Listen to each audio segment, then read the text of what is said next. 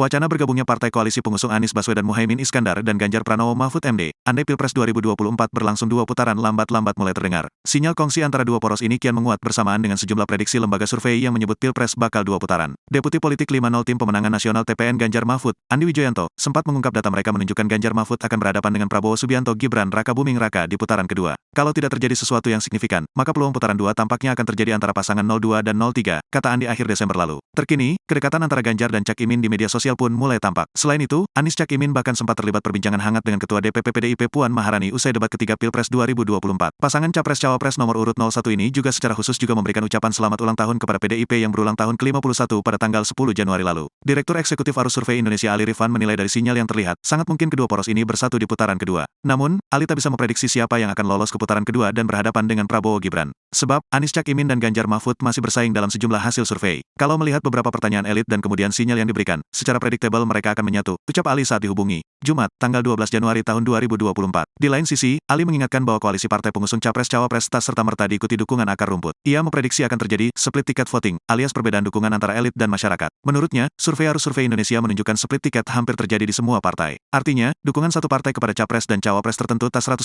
diikuti pendukung partai tersebut. Ia menuturkan hanya PKS yang 80% pendukungnya ikut mendukung Anies Cak Imin. Sedangkan PKS dan Nasdem hanya 60%, sementara 40% sisanya menyebar ke paslon lain. Partai-partai yang sekarang saja sudah jelas mengusung Capres katakanlah di kubunya Amin, PKB, Nasdem itu tidak 100%, 80% pun tidak ada yang memilih Amin. Itu 60-an%, 40% menyebar. Hanya PKS yang 80%, ucap Ali. Hal serupa terjadi pada Ganjar Mahfud dan Prabowo Gibran. Ali mengatakan tak semua simpatisan PPP mendukung Ganjar Mahfud. Kemudian, pendukung Gerindra yang mendukung Prabowo Gibran pun hanya 80%. Namun, Ali berpendapat tak mustahil dukungan akar rumput bisa menyatu. Partai politik perlu menciptakan suatu isu bersama yang bisa menghadirkan konsolidasi nasional. Kalau misalnya ada isu yang bisa menjadi lem perekat grassroots untuk menyatu dan melawan Prabowo Gibran, itu bisa. Kalau tidak ada, rasa-rasanya bergabungnya elit tak akan diikuti, kata dia.